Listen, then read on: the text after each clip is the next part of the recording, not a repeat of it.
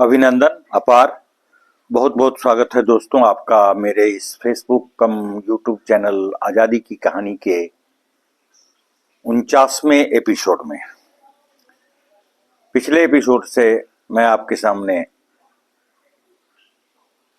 उत्तरी बिहार में जो उग्रवादी आतंकवादी आंदोलनकारी क्रांतिकारी थे उनके संबंध में व्यक्तिगत रूप से उनके संबंध में आपको जानकारियां देने की कोशिश कर रहा था। इस क्रम को आगे जारी रखते हुए अब मैं आपको बताने जा रहा हूं कि इस क्रम में श्री राम करण चौधरी का नाम भी उल्लेखनीय है, जो मधुबनी जिले में लोहना रोड स्टेशन से 2 किलोमीटर दक्षिण में अवस्थित लगमा गांव के एक साधारण किसान परिवार में जन्म लेने वाले कट्टर आतंकवादी थे। उन्होंने 1942 की अगस्त क्रांति और आजाद दस्ता की गतिविधियों में सक्रिय भूमिका निभाई। अगस्त क्रांति के दौरान इन्हें भी गिरफ्तार कर दरभंगा जेल में रखा गया। इन्होंने किसान आंदोलन में भी सक्रिय रूप से भाग लिया था। अगले क्रांतिकारी थे श्री बालेश्वर चौधरी, जो मधुबनी जिले में लोहना रोड स्टेशन से प्राय 2 किलोमीटर दक्षिण में अवस्थित लगमा गांव के ही निवासी एक कट्टर देशभक्त युवक थे। 1942 की अगस्त क्रांति के दौरान इन्होंने गांधी जी के करो या मरो के मूल मंत्र को अंगीकार कर स्वतंत्रता संग्राम में अपने आप को सम्मिलित किया। कालांतर में इन्होंने आजाद दस्ता की सदस्यता ग्रहण कर हनुमान नगर में अस्त्र शस्त्र संचालन का प्रशिक्षण प्राप्त किया और दस्ता की उग्रवादी गतिविधियों में सक्रिय रूप से योगदान किए। 1944 के फरवरी में श्री चौधरी को उनके गांव लगमा में ही गिरफ्तार कर लिया गया और दरभंगा केंद्रीय कारा में रखा गया।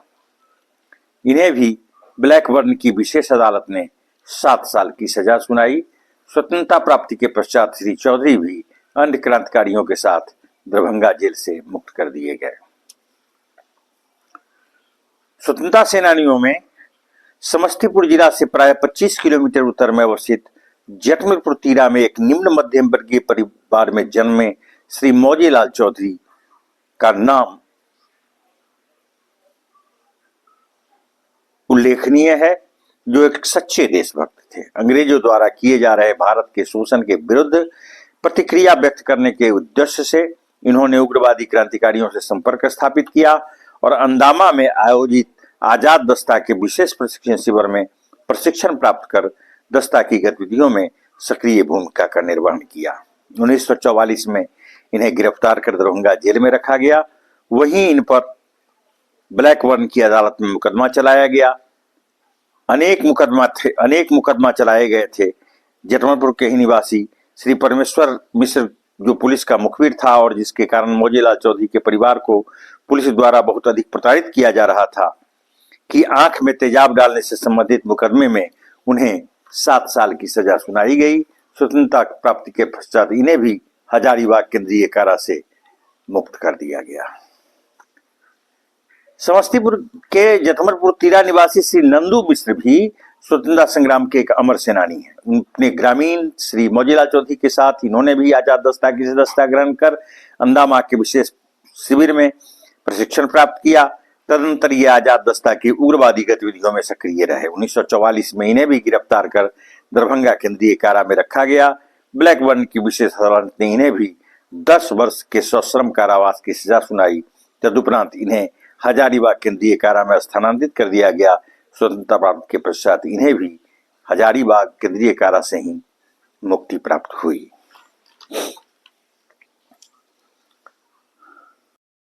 इसी क्रम में अब जिस अगले दुर्धर्ष क्रांतिकारी का नाम मैं आपके सामने प्रस्तुत करने जा रहा हूं, वे थे श्री वशिष्ठ नारायण सिंह। समस्तीपुर जिला के बरियारपुर वारिसनगर निवासी श्री वशिष्ठ नारायण सिंह एक सच्चे देशभक्त थे। 1942 की अगस्त क्रांति के दौरान उग्रवादी गतिविधियों में शामिल होने के कारण इन्हें गिरफ्तार कर दरभंगा जेल में रखा गया, परंतु इस वीर युवक को जेल की दीवारों में कैद रखना संभव नहीं था।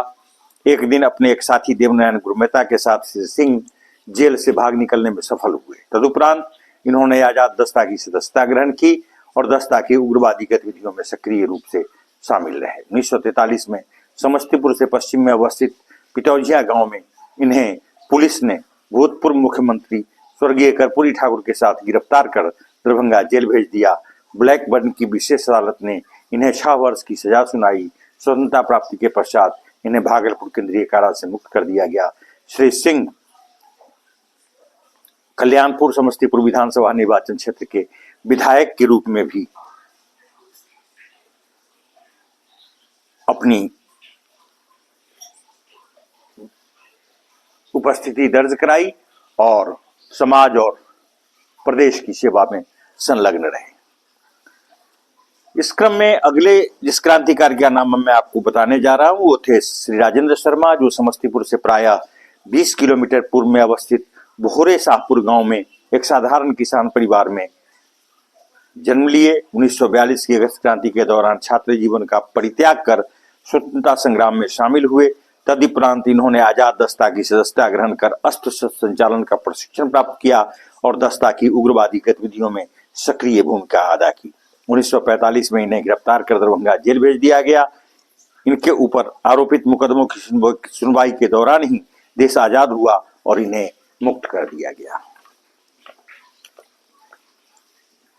समस्तीपुर जिला के पूसा प्रखंड से प्रायः 6 किलोमीटर दक्षिण में अवस्थित कुबौली ग्राम में अत्यंत निम्न वर्गीय परिवार में जन्म लेने वाले श्री राजेंद्र सिंह एक वीर स्वतंत्रता सेनानी हैं। उन्होंने अगस्त क्रांति के दौरान स्वतंत्रता संग्राम में सक्रिय योगदान किया। तदनंतर इन्होंने आजाद दस्ता की सदस्यता ग्रहण कर अस्त्र शस्त्र संचालन का प्रशिक्षण प्राप्त किया और दस्ता की उग्रवादी गतिविधियों में सक्रिय रहे। 1944 के अगस्त महीने में ताजपुर के निकट बेनुआ में प्रसिद्ध उग्रवादी मकरमपुर निवासी श्री योगेंद्र सिंह के साथ गिरफ्तार कर दरभंगा जेल भेज दिए गए। ब्लैकबर्न की अदालत ने इन्हें 10 वर्ष की सजा सुनाई। स्वतंत्रता प्राप्ति के पश्चात अन्य स्वतंत्रता सेनानियों के साथ इन्हें भी हजारीबाग केंद्रीय कारा से कैद मुक्त कर दिया गया। इन्हीं क्रांतिकारियों की महती श्रृंखला में एक नाम आता है श्री मुनेश्वर प्रसाद सिंह का, जो वैशाली जिले के बास्तेपुर चंदेल गांव में एक साधारण किसान परिवार में पैदा हुए। 1942 की अगस्त क्रांति के दौरान अपने छात्र जीवन का परित्याग कर स्वतंत्रता संग्राम में सम्मिलित हुए। महात्मा गांधी के करो या मरो के नारे को अपना आदर्श मान मुनेश्वर बाबू ने अपने युवा मित्रों के एक दल के साथ महनार स्टेशन को जला डाला और जंदाहा डाकघर एवं पुलिस थाने पर झंडा फहराने में सफलता प्राप्त की। तदुपरांत इन्होंने आजाद दस्ता की सदस्यता ग्रहण की और शस्त्र संचालन का प्रशिक्षण प्राप्त कर दस्ता की उग्रवादी गतिविधियों में सक्रिय रहे। 11 नवंबर 1944 को बनारस के दुर्गाकुंड नामक स्थान पर आजाद दस्ता के प्रांतीय सरदार सूरज बाबू के साथ पुलिस द्वारा गिरफ्तार कर लिए गए। पुलिस द्वारा प्राय 1 महीने तक इन्हें विभिन्न प्रकार की यातनाएं दी गईं और फिर इनको बक्सर जेल भेज दिया गया। दरभंगा में इन्हें ब्लैकबर्न की विशेष अदालत ने अनेक मुकदमों के अंतर्गत अपराधी करार देते हुए 7 वर्ष की सजा सुनाई। स्वतंत्रता प्राप्ति के पश्चात इन्हें हजारीबाग केंद्रीय कारा से मुक्त कर दिया गया। तदनंतर आपने राजनीति के माध्यम से प्रदेश की सेवा में अपने आप को सक्रिय रखा। कई बार महनार विधानसभा निर्वाचन क्षेत्र से निर्वाचित होकर बिहार विधानसभा के सदस्य रहे और भूतपूर्व मुख्यमंत्री श्री राम सुंदर दास के मंत्रिमंडल में ऊर्जा एवं सिंचाई मंत्री भी बनाए गए। आज भी आप निरंतर समाज सेवा में तल्लीन हैं। इन्हीं स्वतंत्रता सेनानियों की महती श्रृंखला में जो अगला नाम मैं आपको बताने जा रहा हूं वो थे श्री लाला सिंह। वैशाली जिले के बास्तुपुर चंदेल गांव में एक साधारण किसान परिवार में जन्म लेने वाले श्री लाला सिंह एक सच्चे देशभक्त थे। अपने छात्र जीवन का परित्याग कर इन्होंने 1942 की अगस्त क्रांति में अपने आप को झोंक दिया। कालांतर में इन्होंने आजाद दस्ता की सदस्यता ग्रहण की और दस्ता की गतिविधियों में सक्रिय रहे।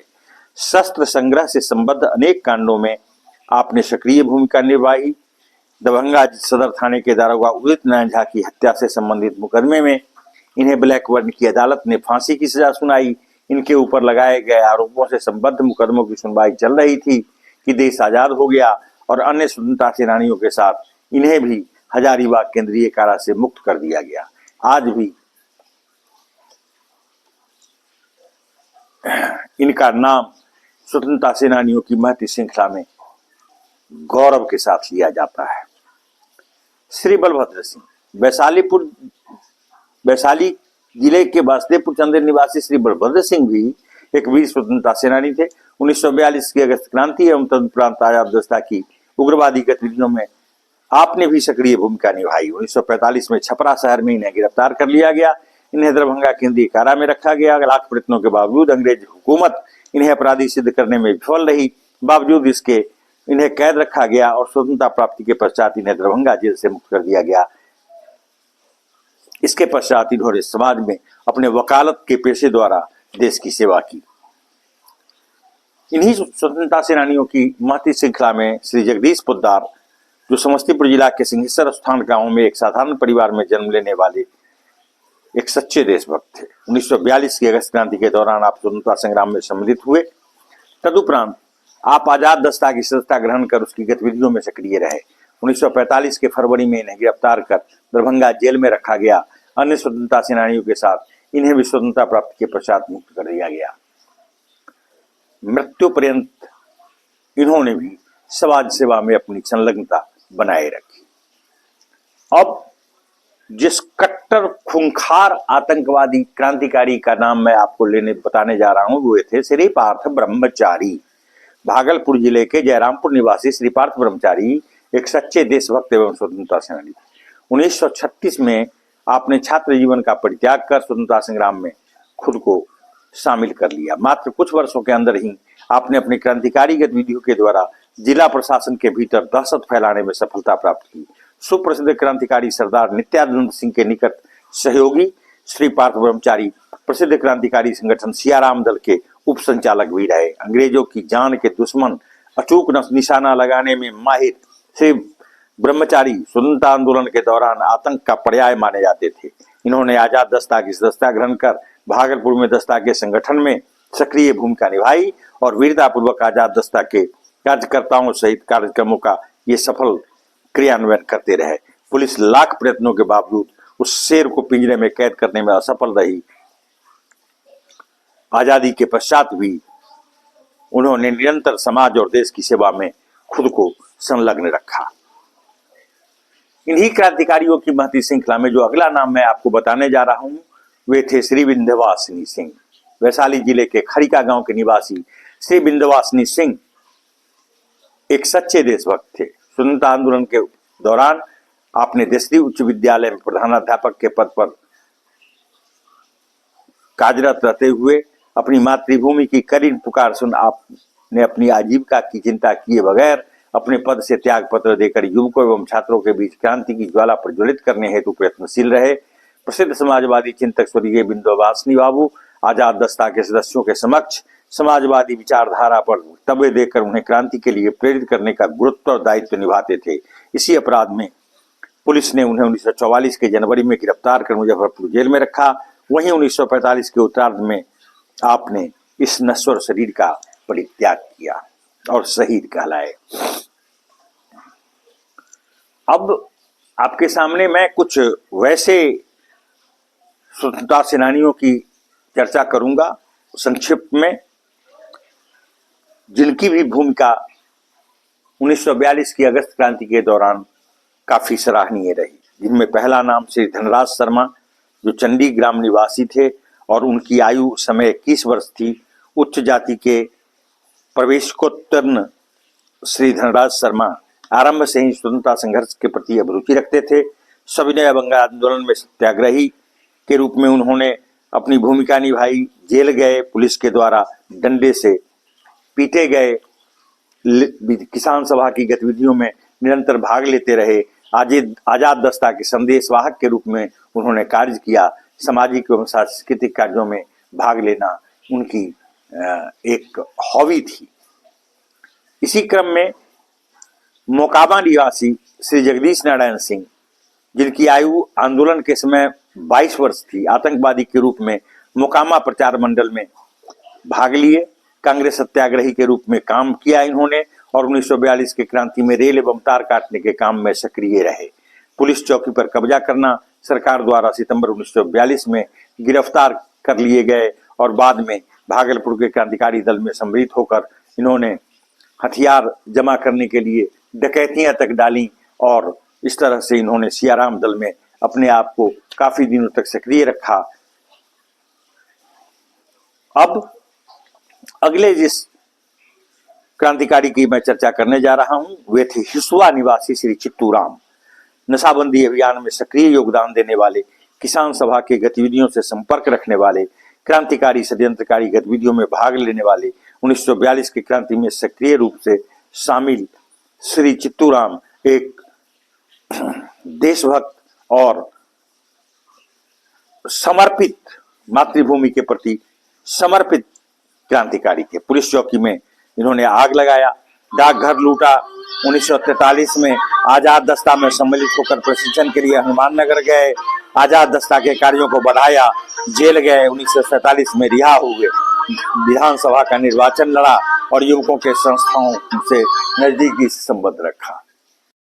अब इस क्रम में जिन अगले स्वतंत्रता सेनानी के बारे में मैं आपको बताने जा रहा हूं, वे थे जहानाबाद जिला निवासी श्री शिवभजन सिंह।